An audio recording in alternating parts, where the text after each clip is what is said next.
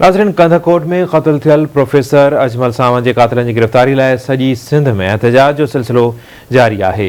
फिज़ा पिताफ़ी जी अॻवानी में Karachi press club अॻियां सियासी समाजी धुरियुनि, लेखकनि ऐं अदीबनि तरफ़ां एहतजाजी मुज़ाहिरो कयो वियो आहे। तफ़सील ॾिसूं था राजा असगर सूमरे जी हिन रिपोर्ट में। डॉक्टर अजमल सावंत के क़त्ल ख़िलाफ़ सिंध के मुख़्तलिफ़ शहरनि खां मुख़्तलिफ़ तंज़ीमनि ऐं सिविल सोसाइटी के अॻवाननि पारां कराची प्रेस क्लब अॻियां हथनि में बैनर्स ऐं प्ले कार्ड खणी एहतजाजी मुज़ाहिरो कयो वियो। एहतजाज में मर्द ऐं औरतुनि समेत ॿारनि बि शिरकत कई। उन मौक़े ते सिंधियाणी तहरीक जे मरकज़ी अॻवान मुर्क मनान चांडियो आवाज़ टीवी सां ॻाल्हाईंदे ॿुधायो त डॉक्टर अजमल जो क़त्ल सिंध जे शऊर खे दॿाइण जी नाकाम कोशिश आहे। डॉक्टर अजमल पारां सिंध के शऊर के गड करण जूं कोशिशूं विसारे नथियूं सघजनि। ही सिर्फ़ हिकिड़े डॉक्टर अजमल जो क़त्ल ना है, पर ही सॼी सिंध जो क़त्ल आहे, सिंध जे शऊर जो क़त्ल आहे।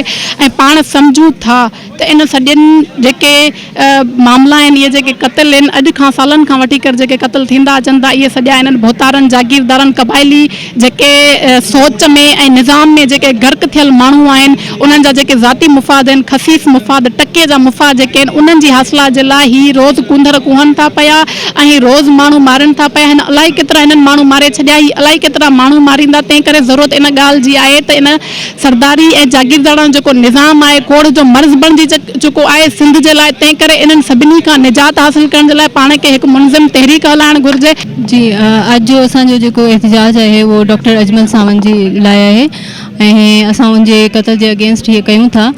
ऐं असांजो जेको मुतालबो आहे गवर्नमेंट खां उहो इहो ई आहे त डॉक्टर अजमल सावंत जे नाले सां हिकिड़ो इंस्टीट्यूट खोलियो वञे उन ज़मीन ते जिते उनजो क़त्ल कयो वियो हुयो। ऐं मुंहिंजे हिसाब सां त इहे जेको आहे जहालत जो नतीजो आहे ऐं असांजो मुक़ाबिलो जहालत सां आहे। एहतजाज में शामिल सिंध अवामी सथ के अॻवान रियाज़ खेमटियो चयो त मुसलसल सिंध के शऊर ते हमला कया वञनि था।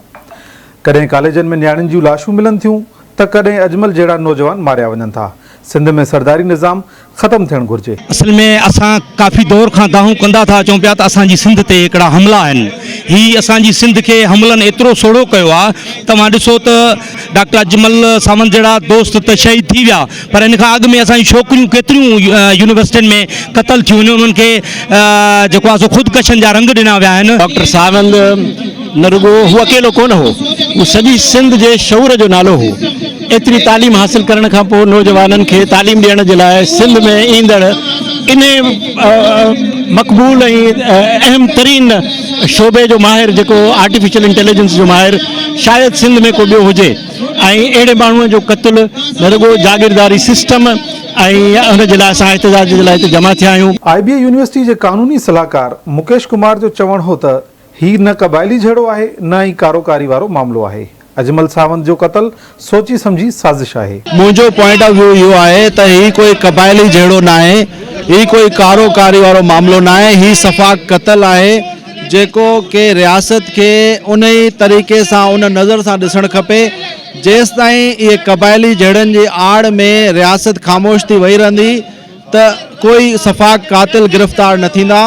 महिरबानी करे मां उन्हनि इदारनि के एजेंसीज़ के उन्हनि पॉलिटिशियंस के उन्हनि वस वारनि के अपील तो कयां त ही सफ़ा क़त्ल आहे, he is a brutal murder ऐं उन मर्डर जो उन ई तरीक़े सां तफ्तीश थियणु खपे, उन ई तरीक़े सां उनजो ट्रायल थियणु खपे ऐं उन तरीक़े सां उनजी पनिशमेंट थियणु खपे। अहिड़े क़िस्म जा जेके किसा थियनि था, वाक़िया थियनि था, इहे दर्दनाक वाक़िया आहिनि ऐं इहो हिकिड़े सोसाइटी असांजे लाइ हिकिड़ी कैंसर थी चुकी आहे। इन कैंसर खे ख़तमु करिणो आहे। सुभाणे इहो हिकिड़ो अजमल सावंत साहब जो क़त्ल थियो आहे, सुभाणे ॿियो को बि थी सघे। सिंध के नामियारे लेखक डॉक्टर अयूब शेख ॿुधायो त सिंध में जिरगाई सिस्टम ऐं जहालत डॉक्टर अजमल के क़त्ल जा सबब आहिनि।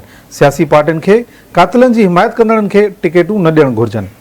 आउं तव्हांजे चैनल जे मार्फत ये मुतालबो थो कयां त असांजी हुक्मरान पाकिस्तान पीपल्स पार्टी जंहिंजा सवें चङा कम आहिनि, उन्हनि में हिकिड़ो चङो कमु हिकिड़ो वधाए त अॼु खां पोइ कंहिं बि अहिड़े माण्हूअ खे टिकट न ॾिए जेको कातिलनि जो साथी हुजे। अचो त पाण इन्हनि कातिलनि खे क़बूल करण खां इनकार कयूं। समूरा सिंधी, सिंध जा समूरा माण्हू, मुल्क जा समूरा हक़ परस्त माण्हू जेके आहिनि उहे इन्हनि वॾेरनि, सरमाएदारनि, जागीरदारनि ऐं जिरगाई भूतारनि जे ख़िलाफ़ जिदोजहद कनि। एहतजाज दौरान सिंध विजन तंज़ीम के सदर डॉक्टर महबूब शेख चयो त अजमल सावंत जो क़त्ल इंसानियत जो क़त्ल आहे, जंहिं सबब रोडन ते आया आहियूं। जल्द डॉक्टर अजमल सावंत के इंसाफ मिलंदो। इस दर्दनाक वाक़े पर हम तमाम लोग यहाँ पर जमे हुए हैं और सिंध के तमाम शहरों में, छोटे बड़ों में यह एहतजाज हो रहा है कि कातिलों को गिरफ्तार किया जाए और असेंबली से बिल पास करवा के ये जागीरदाराना ज़ालमाना निज़ाम जड़ से ख़त्म किया जाए। जो शहीद अजमल सावंत जो एक बेरहमाना क़त्ल थियो आहे, असां चवंदा त इहो क़त्ल हिकु शऊर जो, सिंध जे शऊर जो क़त्ल आहे ऐं इहो इन क़त्ल में हिकिड़ी जेका असांजो डिमांड इहा आहे त इन में अबेंडमेंट जा सेक्शन शामिल थियणु खपनि। सिविल सोसाइटी पारां डॉक्टर अजमल सावंत के क़त्ल खिलाफ कराची समेत समूरी सिंध में एहतजाज जारी आहिनि। जी नाज़रीन, अवां मुज़ाहिरीन जूं ॻाल्हियूं ॿुधियूं। संदन चवण हो त डॉक्टर अजमल सावंत जे कातिलनि खे फिलफोर गिरफ़्तार करे कानून मूजिब सज़ा ॾिनी वञे। कैमरामैन अमाद सां राजा असगर सुमरो, आवाज़ TV, कराची।